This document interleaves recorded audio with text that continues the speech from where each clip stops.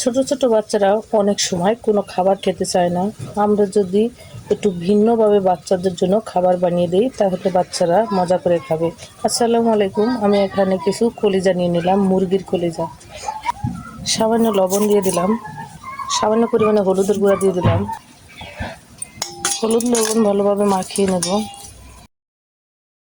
এখানে আছে চীনাবাদাম বাটা, আদা বাটা, রসুন বাটা, পেঁয়াজ বাটা, জিরে বাটা, ধনিয়া বাটা, সয়া সস, সাথে কিছু হালকা মাখিয়ে নিছি।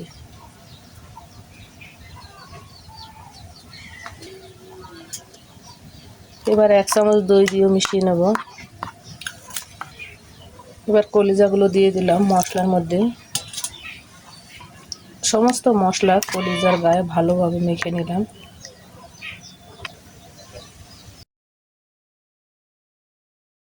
চুলায় আমি তেল গরম করে নিছি। এবার দিয়ে দেবো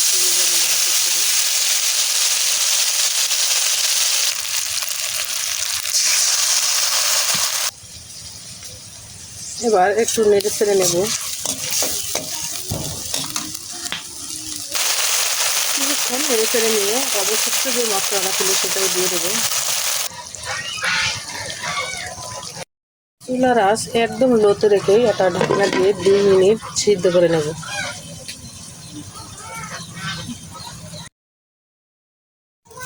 ফিরে আসলাম 2 মিনিট পর, ঢাকনা উঠিয়ে নিলাম। মশলার গায়ের পানি শুকিয়ে কলিজাগুলো একদম ভাজা ভাজা হয়ে গেছে। এবার উঠিয়ে নেব। এভাবে যদি কলিজা ভাজা করা হয় বাচ্চারা তৃপ্তি করে খাবে।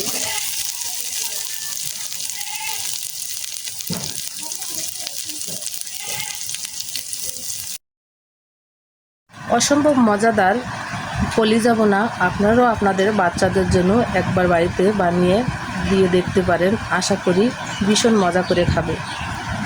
আমার এই রান্নাটা যদি ভালো লেগে থাকে পাশে থেকে সাপোর্ট করবেন, লাইক করবেন, শেয়ার করে যাবেন। আর ইউটিউব চ্যানেল থেকে দেখলে ইউটিউব চ্যানেলটাকে সাবস্ক্রাইব করবেন।